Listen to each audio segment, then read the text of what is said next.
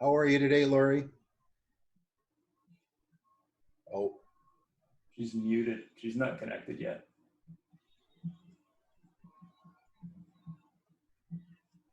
Good morning. Good morning. Good Good morning. morning. Welcome. How are you guys? We're good. Terrific, How are you? I'm good, thank you. So we're gonna go into we usually do a video now between it'll probably be a little shortly before 8 till about 8:05 because it takes time for people to get on, especially on a Monday. So that, and then thanks for the questions, Kim. I put the ones in that I could. Lots of questions. Well, Kim, it's like midday for you. What time is it there, Kim? Is it 1? You're muted. There we go. 12. Noon time. It's noon time. Okay, cool. Yeah. I had to freshen up my makeup. Yeah, me too. Noon time, it gets dull. There we go. Yeah, I have the same problem, you know. Oh, goodness. What are we to do? So we have a video we're going to be playing this morning, which is, I spent a lot of time looking for videos on F&I, which is kind of interesting. And this is one from, I guess, a U.S. early morning news show with an expert talking about F&I, which is kind of interesting. Oh, boy. Yeah. So it's nothing crazy, but, I think I was actually surprised that there wasn't a video on the history of F&I. Like, I think that would be a great topic, someone to talk about on YouTube. We do a quick video on that because there isn't any that I could find. On the history, yeah. Yeah, I mean, there's one on history of auto, but I know it was created. I think a Ford store initially in the U.S. created it. The son of the owner, I think, created it initially, but I don't know much more than that. Yeah, it wasn't that long ago. Well, it was the actually 80s? 96 was when I started, and it was brand new to have it in the dealership. Okay. I remember they had just hired a finance manager. The banks did it off-site for a while, and then they ran the departments. That's my understanding. The banks ran the department for the dealer. Then the dealers took over. Well, I remember back in the late 80s, Kim, do you know Harvey Cohen? No, I don't. Now, Harvey Cohen's a trainer, been around a long time. He's with First Canadian now. And I know Harvey personally, but I went through a few of his courses, and I remember him saying there was a dealer in the U.S. back in the late 70s, and they found how the salespeople are always throwing in F&I products just to make a deal, pro packs, because it only cost them $87, and they say it was worth $1,000. I'll throw it in and make all that money. Right. And I remember when I was a kid, dealerships had time managers, and all they were was somebody sitting in a back office there that they'd throw a credit app in front and they'd arrange the financing.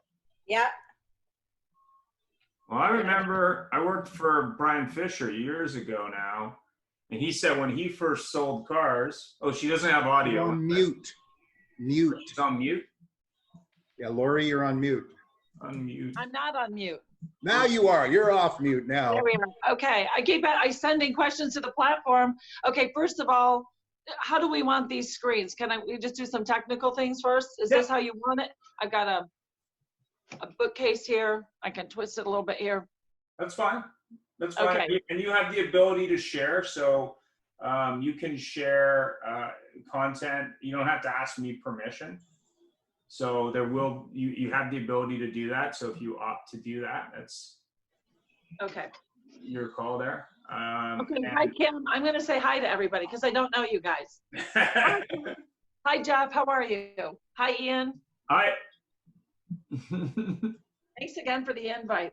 Thank you for this too. This is really awesome. I do what I can. Sorry for the late details. My fault. Might have to do getting late info. So Yeah, that's okay. As long as you get it, that's what's important.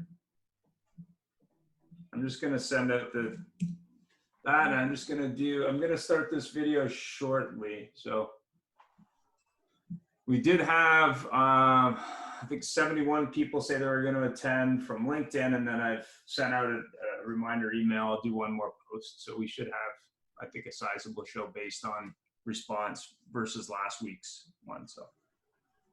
Yep. And I did not know that we were going to be able to share information, like actual, like physical information. Yeah. So I'm on my mobile where I don't know that I can do that easily. No problem. You can always send me any documents that you want to share with the group, and I can post those on the website. So if you had a slide deck or any information you want to share, that's fine. I'm going to do it right now while we're all chatting, okay? I'm going to just twist this way, and I'm going to do that real quick. No problem.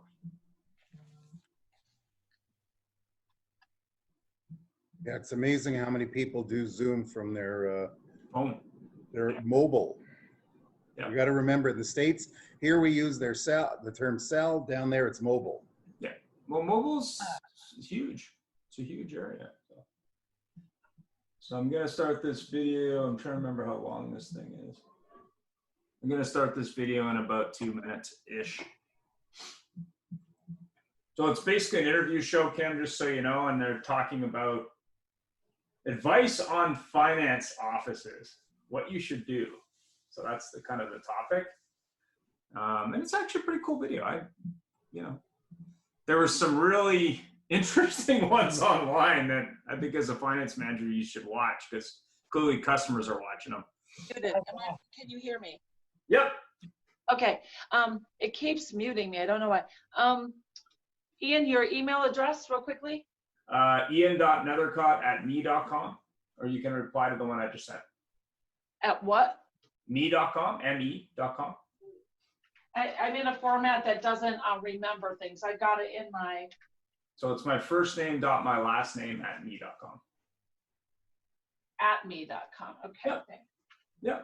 It's also on my LinkedIn profile if that's easier for you.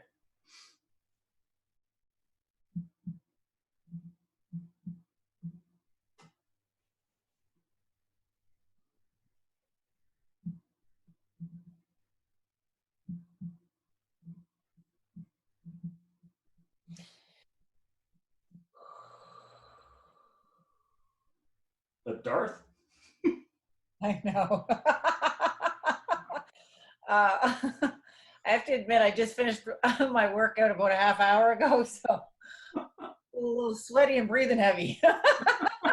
You look great and you don't sound it at all. I got the workout glow on. It's acceptable. So, yeah. A little flush, you know, it looks like you're all happy to see everybody. Ian caught me taking a Darth Vader breath. Kim, where do you live? Nova Scotia, Halifax. I want to come up there sometime soon. Oh, you have to, and you have to come in the summer. We'll take you boating. I'm a big. Well, is there going to be summer left by the time we're all out of like restrictions? It might be right back around. Lori, where are you located?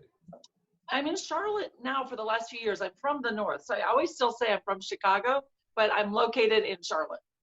Well, because I've got your webpage open, your LinkedIn open, and a few things in your webpage say Florida, and then, you know, your LinkedIn says Charlotte, so. Oh yeah, because I worked for AutoNation for 5 years up until a couple years ago, so that's funny that that pops up. Yeah. Well, you know what, though, these days people are all over the place, and I'm a child of the planet. Yeah. LinkedIn knows everything. What I love on LinkedIn is you were viewed in private mode. I always get a kick out of that. Secret people? Yeah. Why not? Yeah. Let's see. Because Kim might be at the gym. Yeah. Try to. We call those stalkers.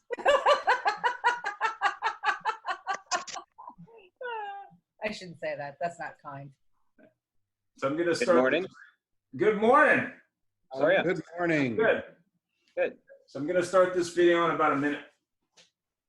Yeah, you'll get a real kick out of this video. It's interesting. It's fun, and like Ian said, you know, you're looking through the net looking for I was hoping to find some video with somebody with a great Southern drawl and saying, yepper, we started looking at the opportunities and there was nothing. But this one's kind of fun, a little fuzzy, but fun.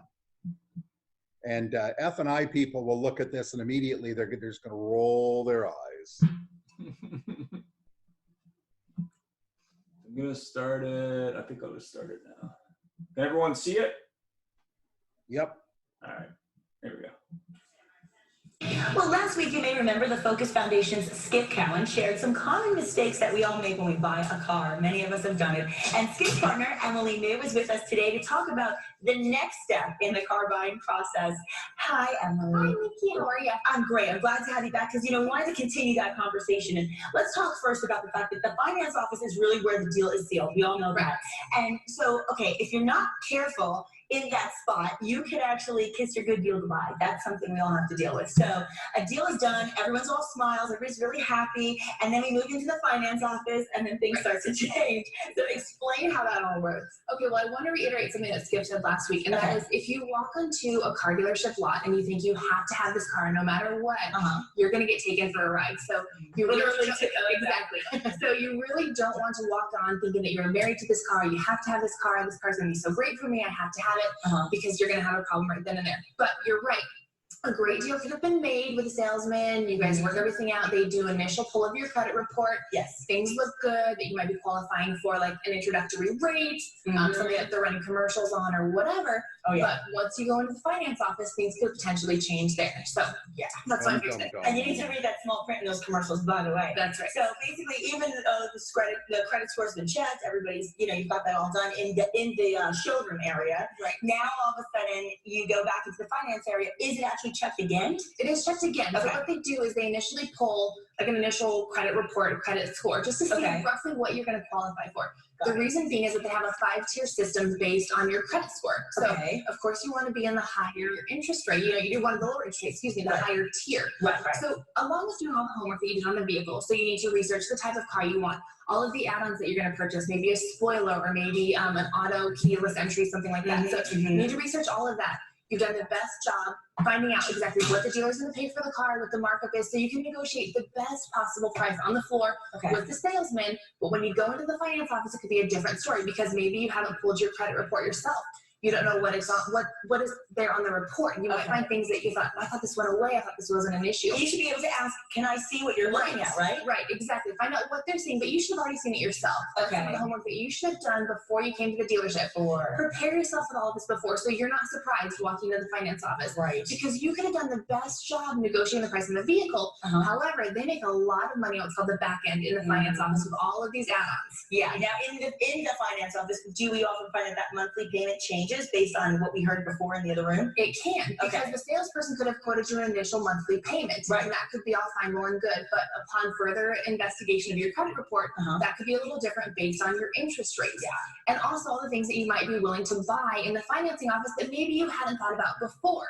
And what you should do is also find out what they're going to offer you in the finance so that you're not walking into this office completely blind, unaware of what they're saying. And you know what, if you don't understand this stuff, don't be afraid to take somebody with you, maybe a mom, a dad, a sibling, a spouse, somebody who's been through this a little bit more than you and is more comfortable with it. Well, you mentioned before about add-ons that sometimes once you get into the finance office, they start throwing in things like spoiler or what have you. So what are some of the add-ons that are available that we should know in advance? Well, there's a couple of things that they're going to offer you. The first one being is, we have it listed on the screen here. It's a vehicle service contract.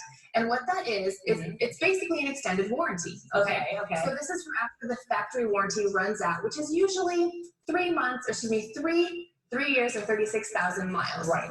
Now, these are a little bit pricey of an item. It's going to cost you between $1,700 to $3,500 depending on the vehicle. So you need to think, how long am I going to keep this vehicle?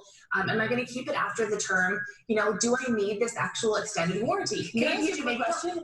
Is that decision predicated often on whether you're on a leased vehicle versus a vehicle that you're buying? It really could depend. I'm not sure the details of certain leases. Maybe they will require you to have that, but a lease usually is going to be shorter than 3 years, shorter than the factory warranty, in which case I don't think you need to worry about it. So I think about when I did this personally, the make and the model of my car was pretty solid. It didn't tend to have any issues. So I thought, if this car is built as well as I think it is, I don't need to buy this, it's pretty expensive. One less thing to add on. Exactly. And Okay. keep in mind, all of these add-ons, if you're financing the vehicle, you're paying for the add-on plus your interest rate. Exactly. So the cost that they're quoting you, actually, if you do the math and you add the interest, it's going to be a lot higher. Oh my So keep that in mind. So with a lot of these add-ons, if you really want them or need them, it might be wise to purchase them.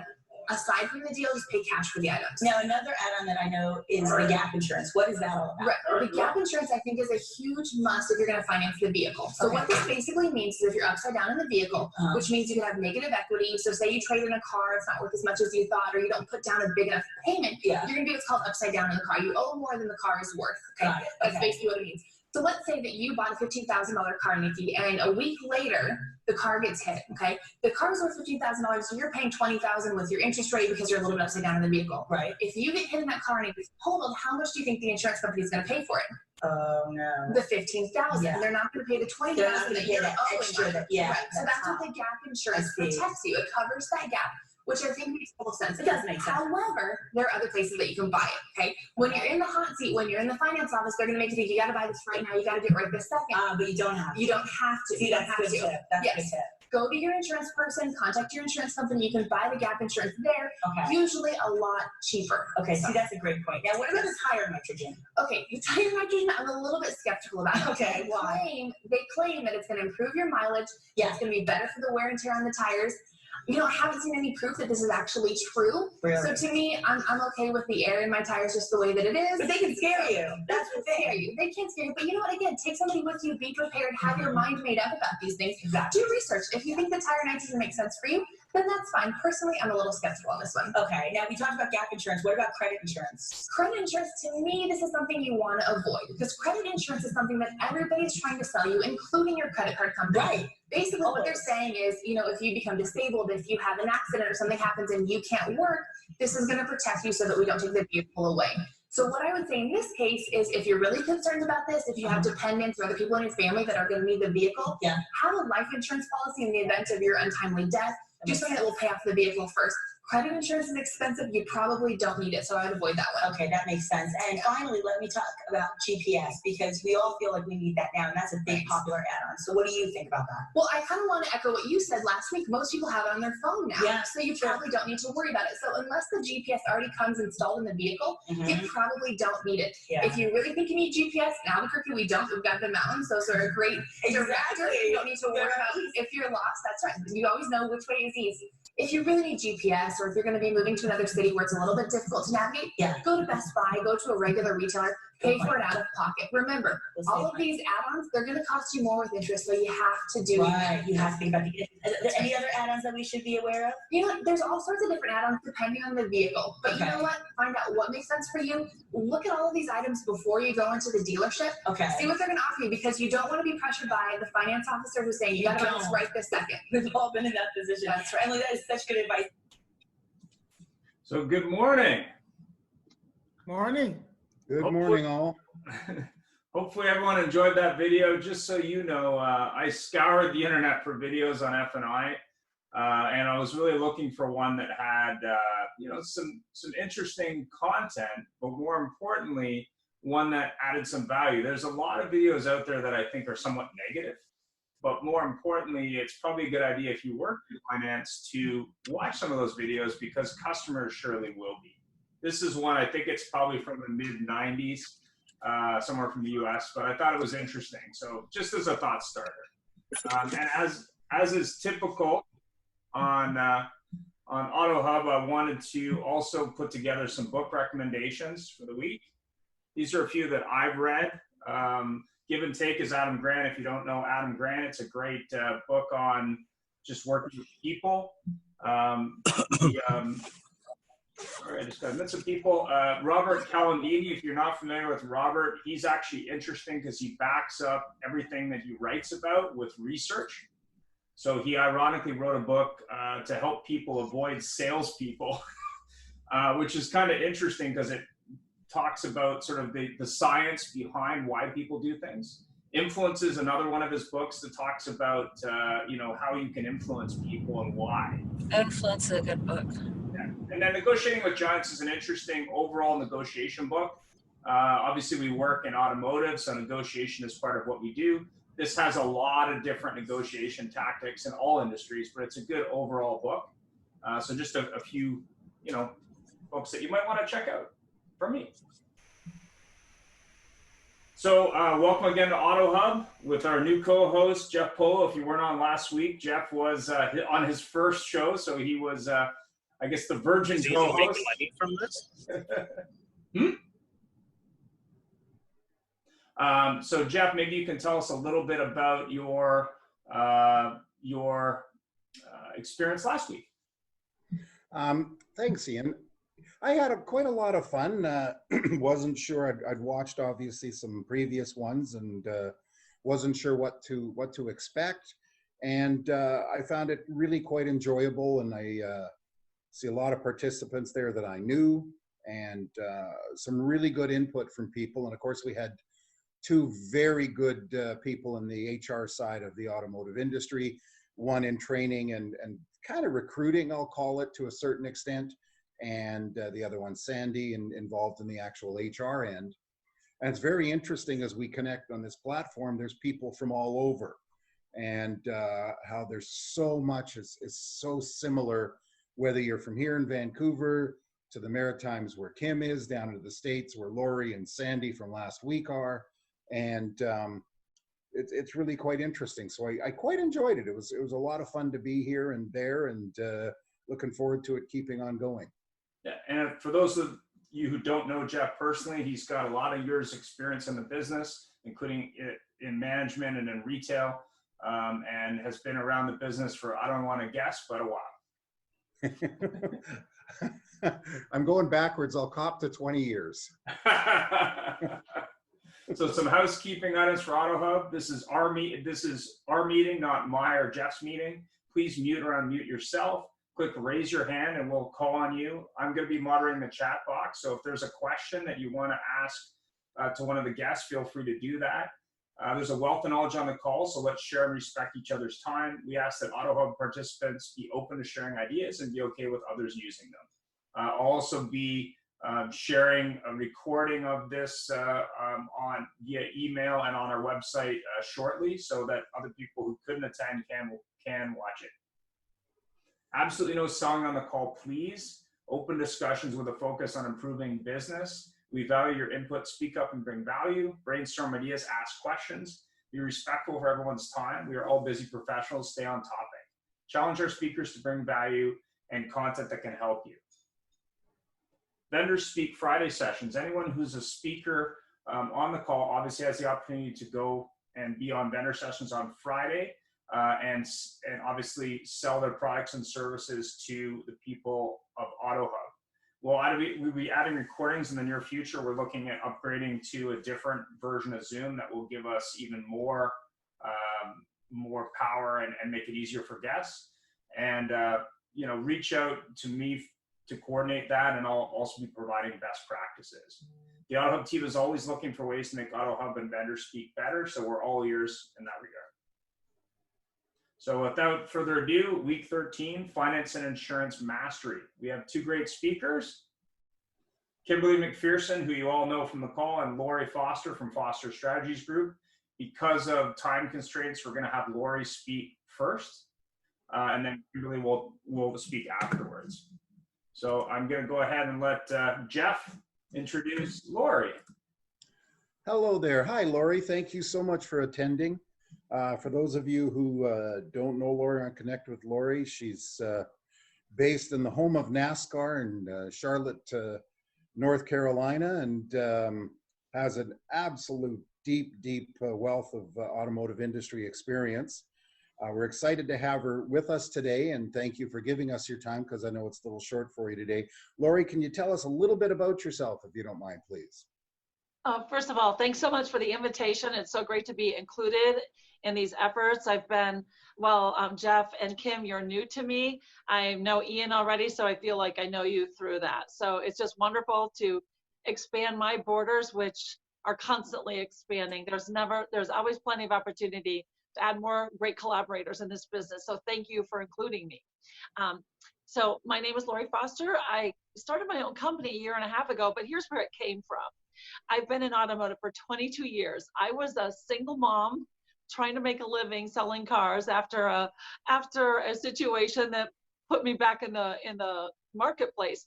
And I found out in automotive very quickly that there was just a lot of inefficiency. And I truly think, folks, that came from my being a mother and a business owner with the father of my children.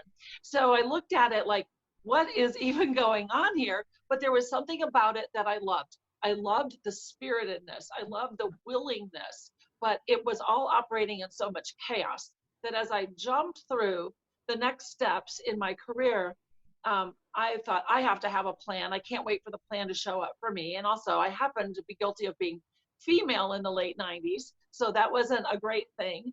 At that point, I see a lot of changes happening.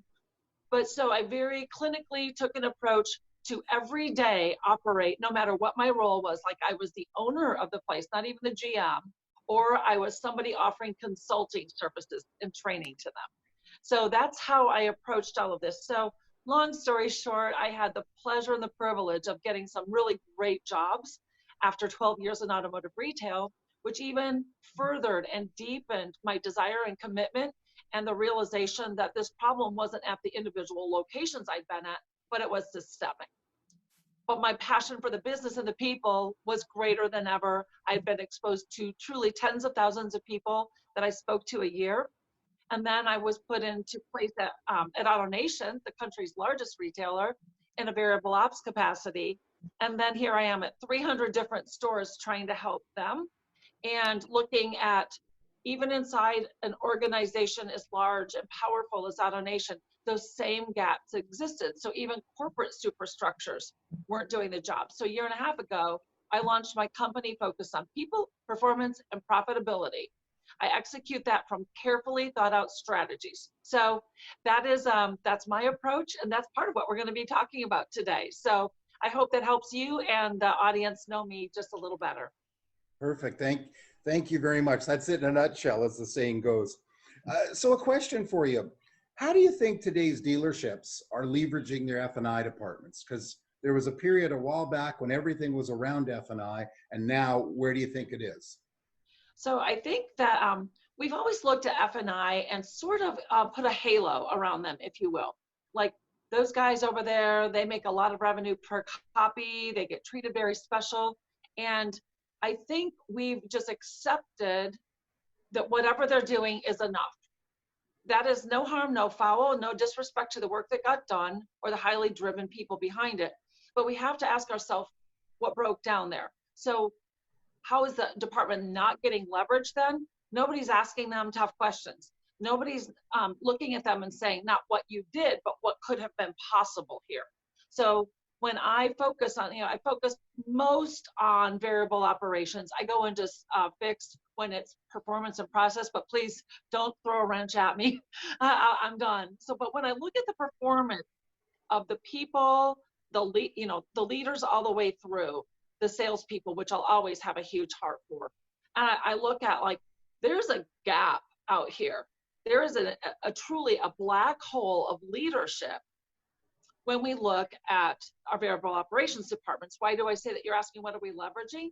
Those people that we call managers and directors, they're tucked in their offices. They are immune from the daily sales meetings. They are immune from the ongoing training. While they have their own very specific training, we're not asking them to show us what else they can do.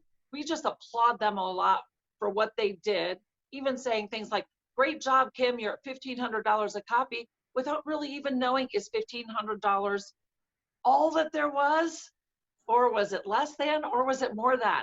So when leaders don't have a real clear understanding of all of the levers and tools and training that should be going on with those departments, we get some serious gaps. That's become more evident as we look at some of the current situations we're in. Perfect. No, that's a very good viewpoint on things. And again, so much down there is the same as up here.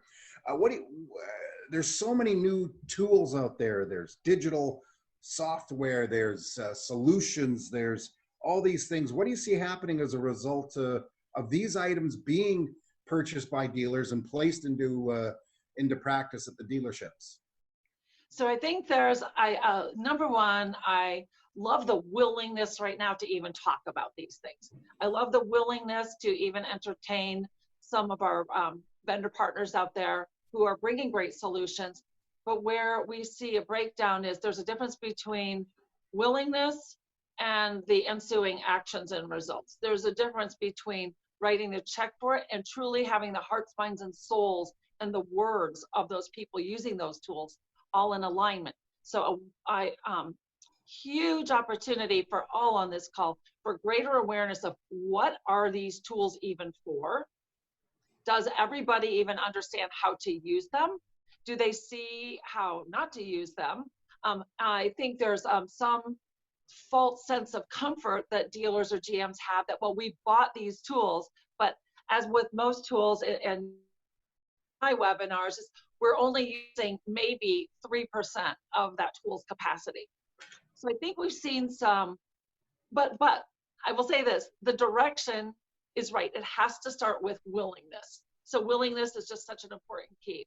But what I don't see is the depth of understanding, and I think the fear is still in place for a lot of our finance managers. Like, if I do too much with this, am I putting myself at risk? And while I would say an absolute no, we cannot ignore human emotions such as fear. So I think you're saying, are they leveraging them? I would say they're beginning to, but they need a lot of coaching and training from people like all of us to maximize those new tools and softwares that they're using, that the customers are enjoying. The customers are enjoying. It's very interesting how you mentioned that they're being purchased by dealers, but you also mentioned the users. And, you know, it's very interesting, your insight into that. Everybody I talk to now is saying, oh my God, it was so dead. And suddenly business is great. You look on LinkedIn, so many people are saying, we had a record-breaking June. We're knocking things out of the park. Individual salespeople are posting, I sold a gazillion cars. And so we have an uptick. A lot of us believe it's temporary, but we're seeing that this pandemic is shifting people's shopping patterns.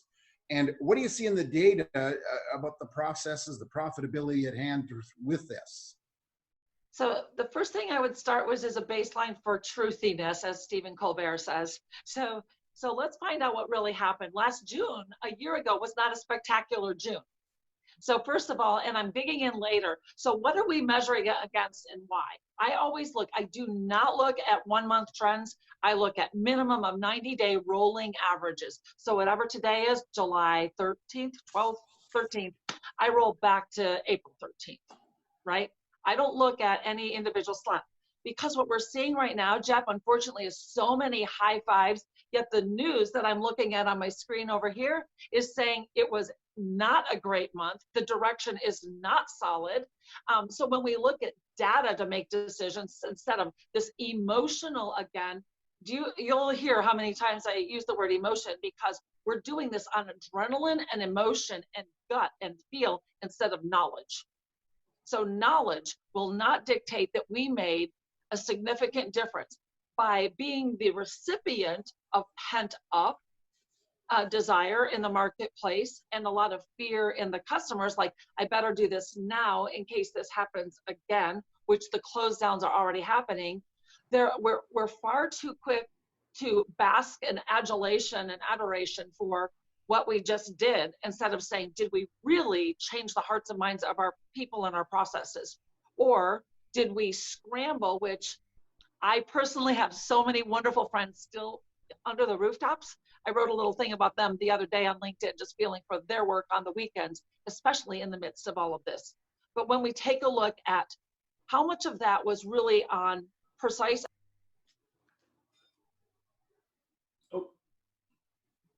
We lost her.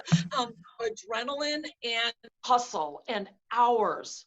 And every time I see somebody talking about how many hours they put in, wow, you know, we powered through it. When you hear these words, the alarms should go off. Because if they were truly adopting these new processes and procedures, it doesn't take the hours. So I'm concerned, cautiously optimistic for some things, guardedly very concerned for not having a solid foundation under them. Because just saying we did it this way, we see the continuous dealership EKG, right? You're only as good as your last month. I say to that, food. You're only as good as your plans and your processes and your people. And that's why I'm different. I do not have fluffy talk with dealers. I have honest talk that takes us forward. That's what I do. So when we take a look at everything that's happening, did we really make a change? So what did we see here? We saw shoppers that were willing to do things, but we saw the processes at the stores not necessarily correlate to a better experience, time savings, which those are the things that we're really looking at to improve UX, with the customer. So I would say to any dealers on the line, take a look, like how long did the process take? How much back and forth was there? How much confusion? Because some of these customers still had to make a purchase.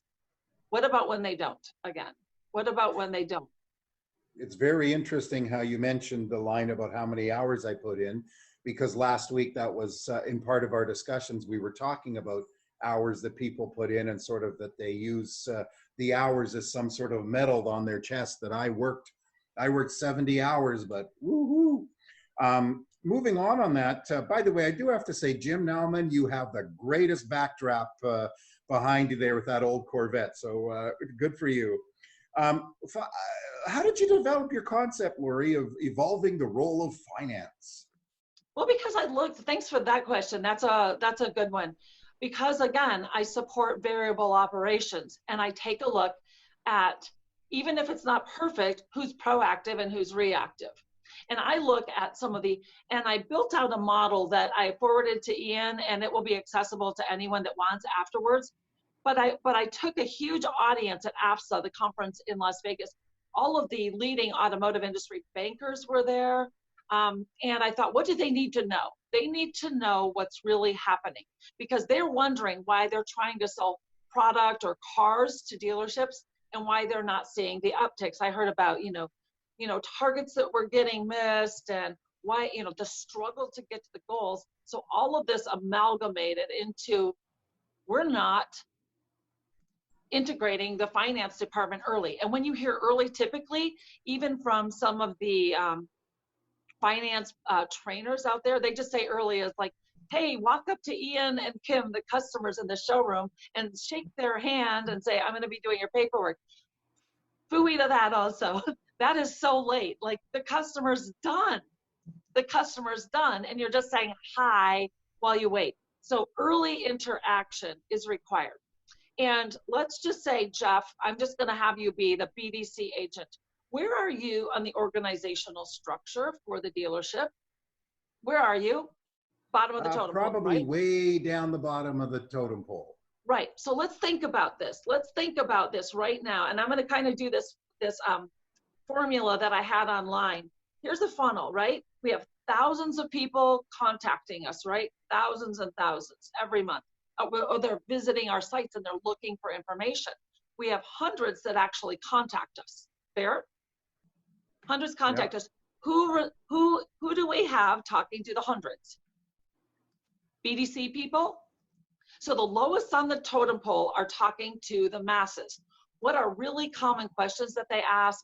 How much does this cost? What do my payments look like? What interest rates do I qualify? In addition to like availability and vehicle condition, there are a lot of questions that we either slap those people's hands for answering them, or the people answer incorrectly, or they don't get an answer at all. Is that a fair set of circumstances?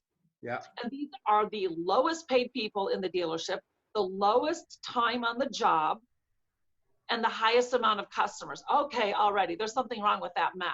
Then we drop down to, they get to the showroom, who are they dealing with? Or they get TO'd to a salesperson. Now they're dealing with a salesperson, only slightly higher pay, even maybe not, with depending on traffic flow, only slightly higher influence at the dealership, only slightly more time on the job or none at all. And yet these people, that's all the customers see. Then we get into the showroom real quickly. I'll go fast here. The sales manager now, how many sales managers really interact? Not just breeze by or wave or I'm Jim Smith, I'm a desk manager because I sit behind a desk and I manage a desk. If you need anything while Lori's running her tail off finding a car for you, let me know. Do you want a coffee? And that's it, right? Only until we get to a TO situation, which then usually negotiations have begun and we've already left money on the floor. Finally, we take a look at it, who do they go to last? The finance managers. And who does finance talk to? Sold or unsold customers? Sold. That's it. And that's why we say finance, all due respect, because I know this is a finance call, they get irritated when we say you're shooting fish in a barrel, but I will just say you're selling now to the sold. You're not selling to the unsold. So I flip the entire pyramid on its head. And I would have, like, Kim, you're a finance director, let's say. I would say, Kim, you're going to comb through, or the BDC is going to be free to come to you and say, they're asking finance questions that are over my head. Or it's even different. The dealership just agrees that when there is a finance question on the table, that in addition to the nice response I'll send as a BDC person, automatically it's in Kim's workflow to say, hey, by the way, I'm Kim. I'm the finance director here, and I'm thrilled to answer. Most people have lots of questions at this point. Are your concerns around payment, interest, whatever? I'm an open book. Ask me anything. And right there, you set the tone for an entirely different opportunity with that customer. So, Jeff, I hope this is helping. Is this helping? Because I've got one more piece to it. Is this helpful? Well, I got a quick question for you from the group. Some of the industry are suggesting that customers want one point of contact in the dealership, i.e. sales consultant. Does desking, closing, and F&I, is there any thoughts there on how that's changing from what you're seeing? I would have them think about this. While customers say that is what they want, what happens when they don't get what they want? Interesting.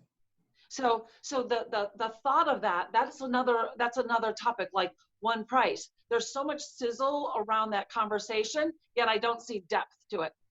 Right. Because Kim now is the resource. She has all the answers. And those stores that want to do that, if they're training people up to be able, that every single salesperson can deliver soundly and solidly on every single piece of any customer concerns, and that salesperson's closing rate and PVRs all the way through are at premier levels, and not just they're closing, like how many units are they putting out with this one touch. So I think it's one of those things that's a good concept, but requires very disciplined execution. Right. But it's a great question. Yeah, it was just a question from the floor. So we're at halfway point. So thanks very much, Laura. We're going to go ahead and get Kimberly into the conversation. So I'm going to introduce Kim. Kim has been a member on AutoHub for a while. Oops. Where did it go? That's not what I look like. There you go. So there's Kimberly.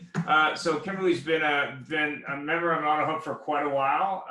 Has worked in F&I training in the subprime part of the business for quite a while as well, and has been talking a lot about sort of the evolution of sales as we went through COVID. So I wanted to, obviously have her talk more about that, but also what she's learned as traditionally subprime has been kind of a bad word in the industry, but also the fact that subprime has always been somewhat remote as a process. So actually has been well thought through as we go, into this area, as it's always been kind of remote. So maybe you can start with that and introduce yourself a little bit more, Kim. Sure. Kim McPherson. I started '96 selling vehicles at a Toyota dealership. In 2005, I started helping dealerships set up and optimize their non-prime department as a training company. And then just last year, we opened up Buy It Smart Auto, which is not a dealership. We partner with dealerships. And basically, we've taken the training one step so that our agents can help our dealers sell their vehicles, their protection products, and use their banks, and ultimately work in tandem with their team to help them take the ultimate and hands-on training. So what we've been noticing, I guess, is that number one, that, just to review some of the problems that are right now in the industry. And what I find is that talking to dealers, sometimes we forget to take a look at what are the actual problems that we're facing, but one step further, what are the actual problems that customers are facing? So we all know that with COVID, most dealerships have had to take a look at, how do I retail online? Because quite simply, customers are not walking into the dealership at the rate that we're used to them walking into the dealership. And another problem we're facing is that pre-COVID-19, 40% of Canadians have less than perfect credit. So I've been saying this for 10 years plus. I mean, the percentage has been shifting. It's not getting better. It's getting worse. And what has happened in dealerships is that when we take a look at how we're dealing with our customers versus how dealerships want to handle customers, is the dealership still wants to send the customer down the traditional way of selling vehicles, which only works for a customer with perfect credit that walks into your showroom. Wow. So I have a question from the floor for you. What? I have a question from the floor for you already. Okay, bring it. The online retailers from Carvana, CarMax, and Vroom all have a one-person transacting online. How will dealers compete and differentiate in a relationship?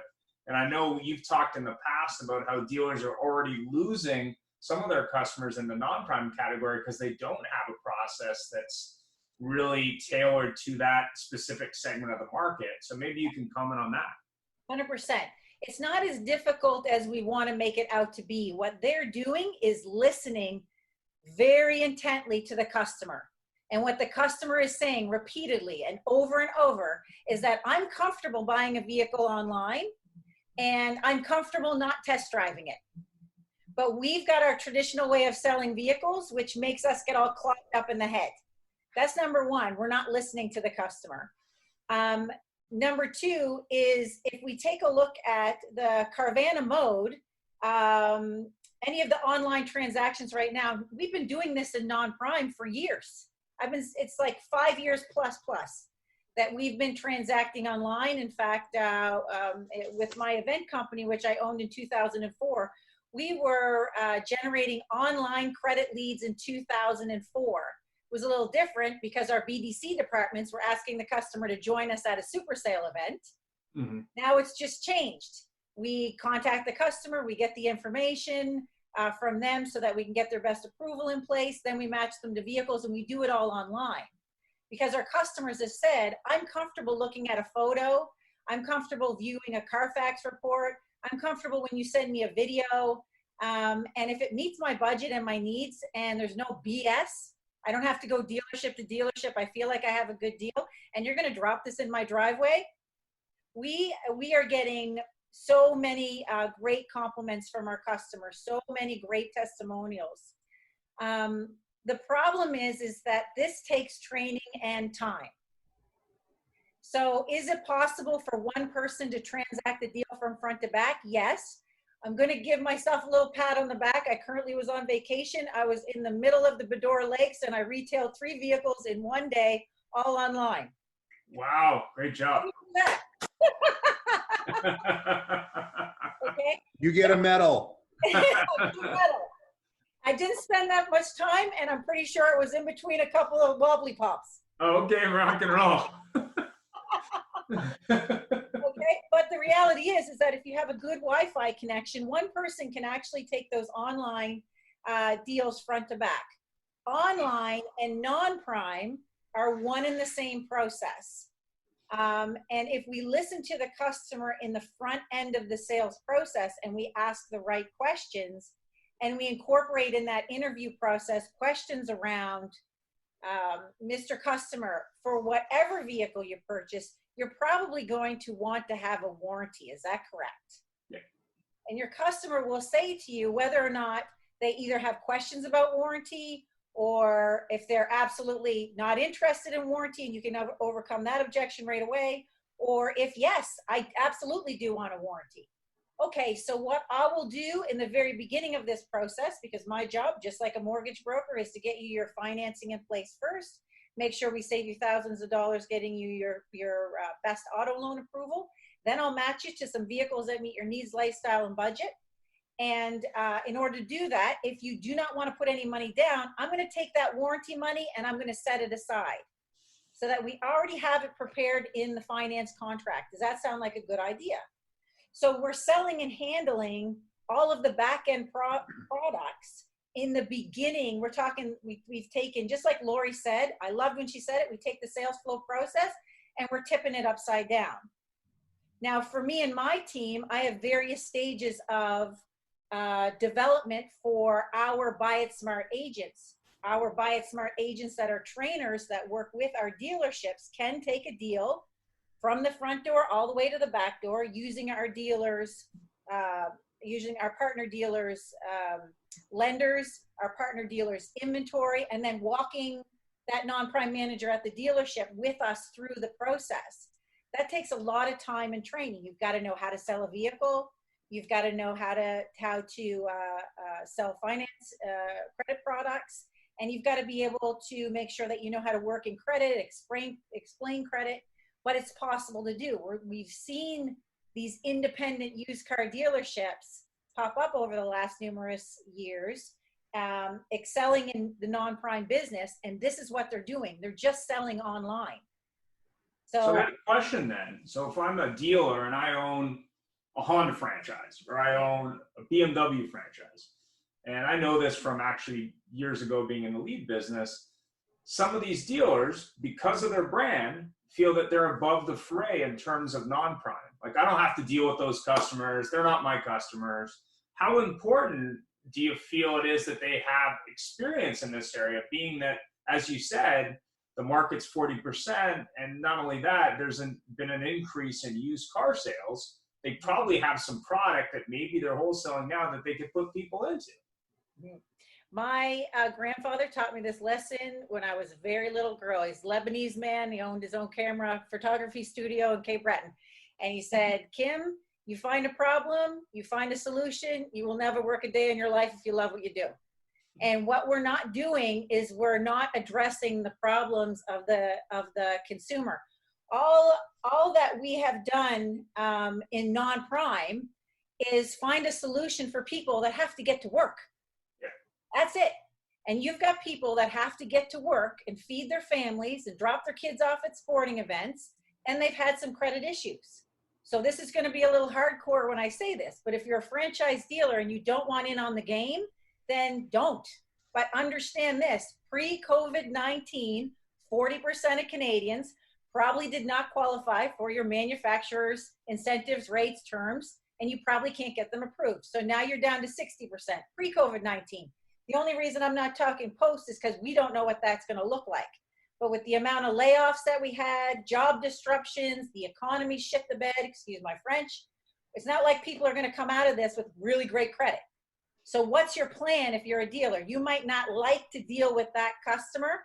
And quite frankly, we're not hearing that a whole lot anymore. What really gets my grinder going is when I have a dealer that's more like, how do I get in on the game but I don't really want them to know it's me. You know what I mean? I don't want that stink on me. Okay, how do we do it? And that's one of the reasons why we came up with Buy It Smart Auto. It's our own marketing brand. We can bring the customer with zero acquisition costs to the dealership. We do the whole process for them, and then we go, look how nice they were to us. Look what they said about the service we gave them. Look how much warranty we sold them. Look how much they're coming to your service department. And inevitably, the dealer will knock on my door and say, okay, how do I get to do that in my dealership? And I say, okay, well, now you got to invest in some brand marketing. You got to get your people trained up. We'll start with one person, grow to 2, grow to 4. And this whole concept that a person can take their client, like a real estate agent, from the front door to the back door, we're actively working that with Buy It Smart right now. It's possible. You just can't, snap your finger and expect your sales guy who doesn't know how to fill out one form to be able to do F&I. So where does the FSM fit into the process for a non-prime?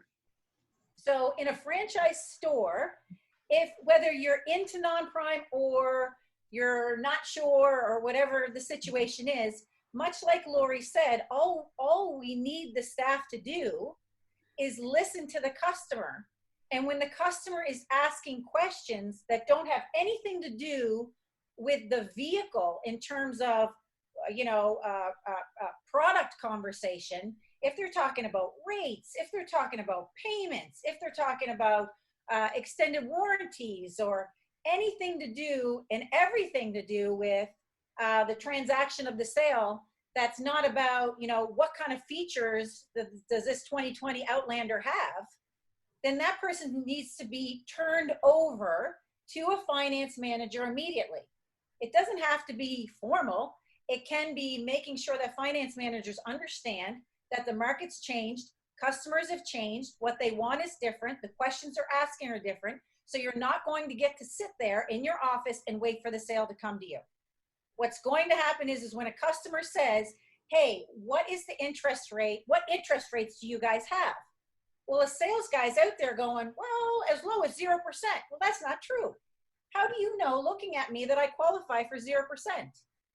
Instead, what a trained finance manager can do with just a little bit of training is be able for the salesperson to say, you know what, I'm not sure. Let me get the finance manager. They'll be able to answer all your questions around interest rate, terms, payments. Have a seat right here. I'll grab you a cup of coffee on my way. I knock on my finance manager's door. I do the turnover in the second step of the sale. Hey, Jeff's Susan. got a question. Yeah.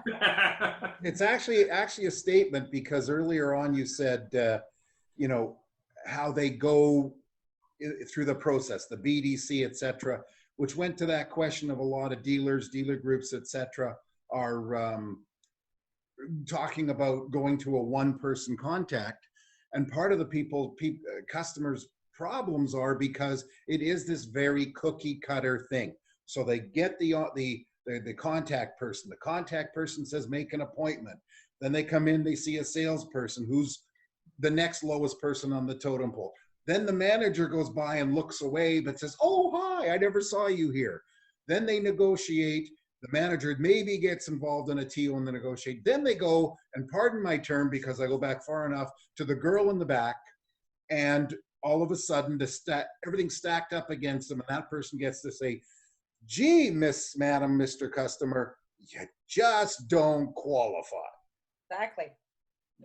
So I really like that. So thank you. I think Jeff, to take you back, I've got a few years, unfortunately, in the business as well. I love it, but you go back far enough, and if you think of why F&I was actually put into place, it was to clean up the paperwork to go into the OEMs and make sure that they actually got funding and all kinds of things, because it all used to be single point process anyway. The salesperson used to take everything right through to start and stop, and then I think a few performance groups got involved and suddenly said, well, if you put $800 a copy on the books, then what you do is you separate that process and you hold these people accountable. And then they all started making sub 200, and then they all got lazy, and they'd all refused to leave their office. And we're now just going back to where we were kind of late 80s, when the business was a single point of contact anyway. And you would go pick up the check, you would make sure the tires were properly done from parts, you made sure everything was done from start to stop. So it's been done, it's been proven. That the joy of it now is, once we get over the elitism that's in the office, we have better tools and equipment to actually do that job better and smoother. I don't think we need to be worried about it at all, to be honest. No, I think it'll happen with time, and it needs to happen where, your desk managers take more of a supporting role as a trainer, where your BDC is hearing from the desk manager, because the desk manager and the finance manager understand the qualifying questions. The customer says on the phone, what's your guys' interest rates? Actually, interest rates come with people and their credit. Do you know what type of interest rate you qualify for, Mr. Customer? That can't piss anybody off. No, I'm not sure. Well, that's no problem. I'm going to book an appointment with Susan. Susan's our finance manager. She's going to find out what type of interest rate you qualify for. We'll find out how much money the bank's going to loan you. We'll match it to some vehicles that meet your needs, lifestyle, budget, and bank approval. How does that sound? Whoa! I'm telling you, customers love this.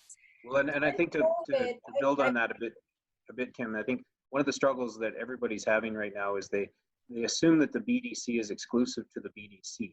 There is no reason in the world that a sales manager can't take an hour shift in the BDC equipment to contact everybody that was in his dealership last week, or whatever the case may be, and actually reach out and say, hi, how are you? What did you need? What didn't you get from us? How can I help you? Rather than that $15 an hour person reaching out.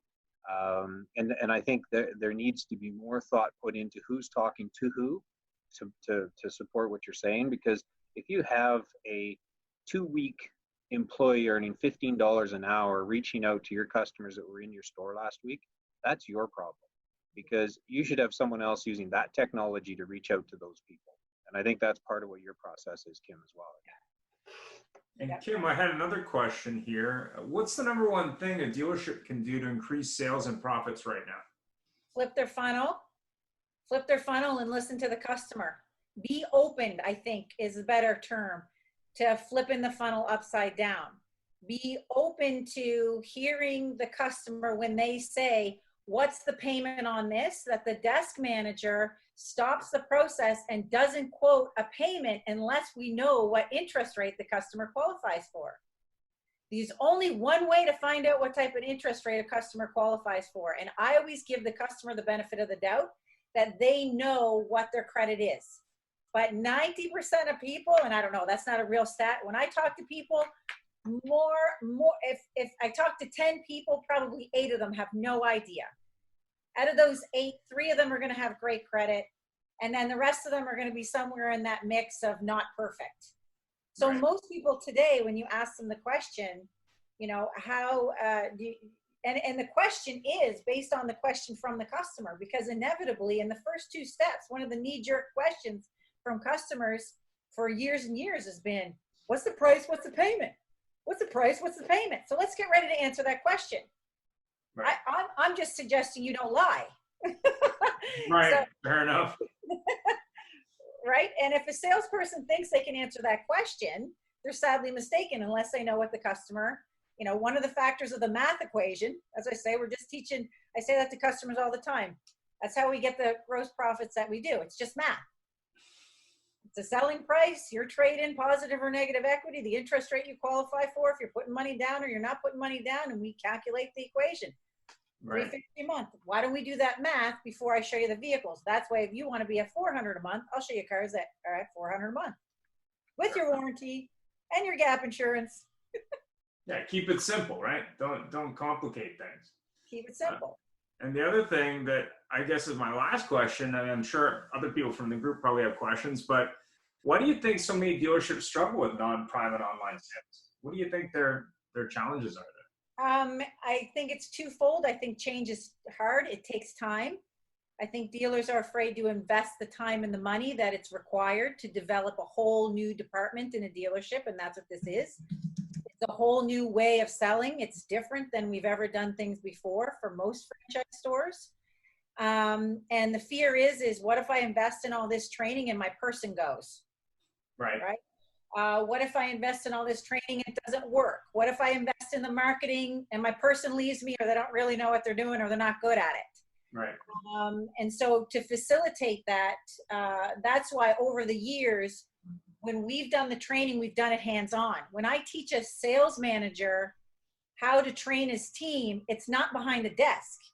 There's the customer. Go say hi right in front of your rookie. Hi, welcome to XYZ Motors. I'm Kim and you are. Come on in, take a seat. What can I help you out with today? What are you here for today? You know, and start from there. Show your rookie how to do things. It's the same thing in each piece of the business. Sales managers need to know more about what's going on in the finance office, and we've got to prepare the rest of the team. One of the things that I've learned over the years is that a very attractive non-prime and now online sales front to back type of representative comes from your sales floor. They're eager to learn. They want to make more money. Not everybody, but there are people out there waiting for their shot to sit in that office. And if you can put hustle, which comes from your sales floor, in behind the knowledge of how to do finance and the young skill of being able to retail on a phone with a Wi-Fi connection, then you got something really golden. And you can start to definitely build a team that's not segregated. I don't believe the future of automotive is that we have all these different departments. I really do think that inevitably, one person is going to be able to take their customer from the front door to the back door with a lot of admin support, probably in different directions, but that's the way I think it's going to play out. I think it's interesting your comment there, Kim, because it's alarming the amount of times that people would say, let's phone everybody whose warranty is about to expire. Let's have F&I make those calls, and let's see if we can't sell some extended warranties. And you print off this list of 100 people and you hand them out to your F&I, and absolutely nothing happens. And that is money sitting in the bank. It is there to be had, and there's a percentage there, 10%, 15, whatever the number actually is in your brand or your percentage. But it's alarming that we hand that to those people and we say, just make some phone calls, see if they're up for it. They're still servicing with us. They still have their car. The warranty's about to expire, blah, blah, blah, blah, blah. And not one phone call gets made. And go ahead. And not to, I think that the other thing that I notice in franchise stores is that prime finance managers are maxed out. It's not to shit on them. They're maxed out. Because how many times am I dealing with a sales professional as when I say, go say hi to your customer, take a seat at your desk, and let's ask them a few questions. What type of vehicle are they looking for? Is there a budget we need to be respectful of? Are they trading in anything? What do they like about that vehicle? What do they not like about that vehicle? And take 15 minutes to qualify the customer better leading into the sales flow funnel. Do we need to get them financed first? Or do we need to sell them a vehicle first? And that's all dependent on the answers to those questions, which a sales manager, should be involved in. What happens is our sales professionals, for the most part, end up being untrained. They're skipping through the steps. They're bringing napkins to their finance manager still. I'm like, you accept a napkin? A napkin deal. Joe, 2020 Corolla. Oh, hell no. Get the hell out of my office. Right? And the finance managers are having to sit down with the customer and do the whole sale process. So I say, teach the whole process. And when you do that, the other people, the winners will step into the ring and they'll say, teach me to do that too, please. And the other ones that don't want to work won't work. It's like, get in the game or get out. I don't really care. I just want to know who you are so I can focus on who are the ones that, that I need to help. So we're running a little tight on time. Great conversation. Special thank you to Rick and Brandon, obviously. Next week's show is going to be on marketing and automotive. Barry's going to be speaking from White Glove Performance Group. Thanks, Barry. And I'm still trying to figure out who's going to be on from Kijiji, but I'm pretty confident we'll have someone from Kijiji. I just got to stick handle the PR and everything else. So it should be an interesting show on marketing and automotive, and also on customer process. Vendor Speak Friday sessions, maybe Jeff can talk a little bit about that. Well, so Vendor Speak is basically, as we know, this platform is no selling. And today on Mondays. On Friday, we invite all the vendors, all our presenters or whatever to contact us. And actually we can spend some time on Friday where they can sell, where they can present their products to our subscribers, for lack of a better term. And we encourage anybody that's, Kim, Lori, Sandy last week, Paul, etc., reach out to us and take the advantage of having a platform that for the moment is free. And as we get more and more into this and people know what's going on, and there's a great opportunity to meet people. And Friday is when you can turn on your what you've got to offer. And as we've been saying all day today, is everything's at the moment is progressing online. I don't know myself where it's going to be once we get out of this whole COVID situation, what will happen. So far through all the years, Barry, you can probably attest to this, as the industry's gone through changes, we've reverted back to the good old fashioned ways too. So here's an opportunity to reach out, whether you're in Truro, Nova Scotia. I'm not sure if you're in Truro or not. That's what popped into my head. Or Charlotte or whatever. You know, it's Truro. You can reach out to somebody in, you know, in Plano, Texas, and help them out there too. So that's, I think it's a great opportunity. Ian? And we will be adding some more stuff to the website. We're going to have everyone who's spoken on the show. We're hopefully going to get business cards from them and have them listed. Going to be improving past episodes and short clips as soon as we have the time. We did set up a YouTube channel, so that will be filling up with more content, and we're going to be doing more on Facebook and Instagram soon, so stay tuned. Thanks for taking the time today, and respect. Does anyone have any final questions? No questions? I don't think anyone has any questions, so is there any final thoughts from our speakers? Hi, it's Lori. Hey! I couldn't stay on. I was handling other things, so I went on mute. I want to say how grateful I am for this audience and for Kimberly. I listened to Kimberly's entire presentation, and so I'm going to make sure I'm connected to her afterwards. Thank you. Thanks, Lori. Thanks, everyone, for having me. Thanks, everyone. Respect for time. Have yourself a great week, and we'll see you next week on AutoHub with Barry and Kijiji. Thank you for being here, everybody. And still great backdrop, Jim.